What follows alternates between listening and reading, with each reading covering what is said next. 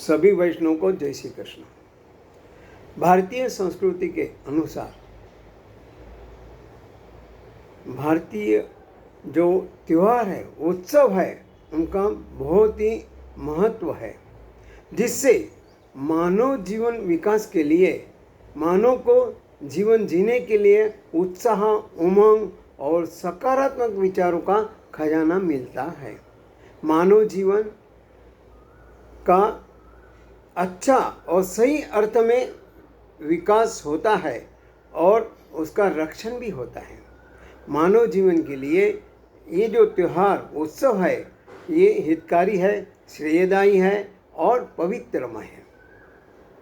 अभी वट सावित्री पूर्णिमा आ रही है।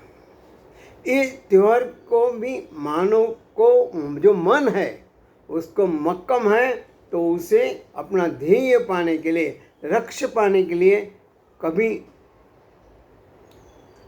तकलीफ नहीं होती है, आसानी से उसका लक्ष्य उसको प्राप्त होता है। यही इसके पीछे जो प्रेरणा है वो हमें मिलती है। इसकी कहानी हम सबको पता ही है। अश्वसेन नाम का राजा और उसकी पुत्री सावित्री देवी उम्र होते होते शादी के लायक हुई, तो पिता ने उसे कहा कि अपना पति आप स्वयं ढूंढ निकालो। सोने के रथ में बैठकर और अरण्य के पवित्र आश्रम में आती है, जहाँ ध्रुमस्तिन नाम का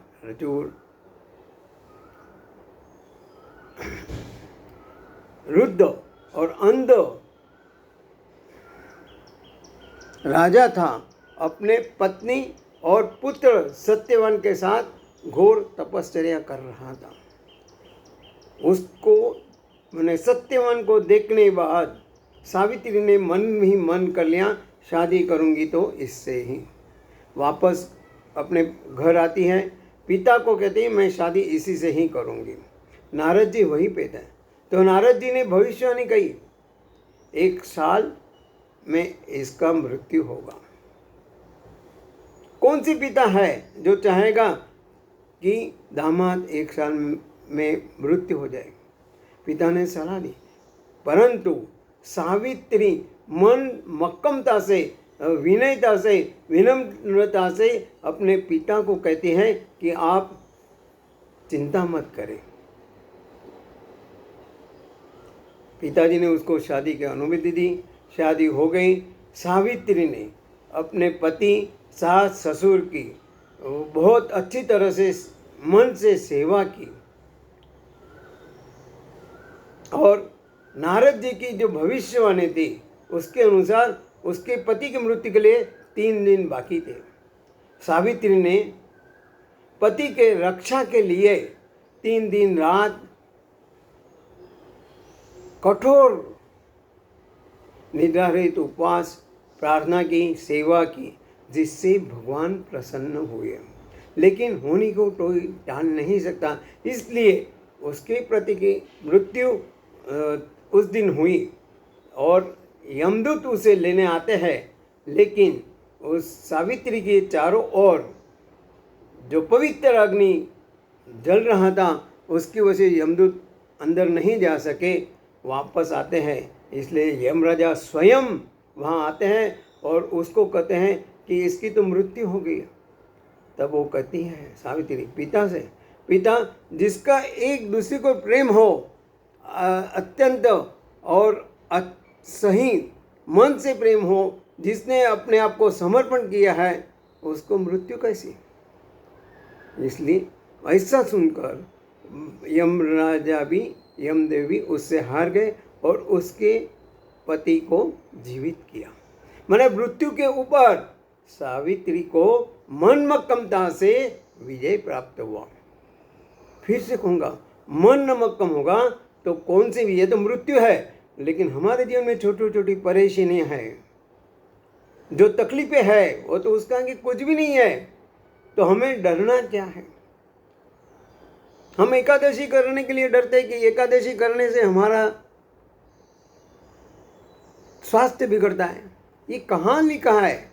हमारे जो खाने का पद्धति है, जो शैली है, हम उसको चेंज नहीं करते, बदल नहीं सकते, और एकादशी और दुप्पट खांसी और न खाने का बहुत कुछ खा लेते हैं, इसलिए हमारा स्वास्थ्य बिगड़ता है।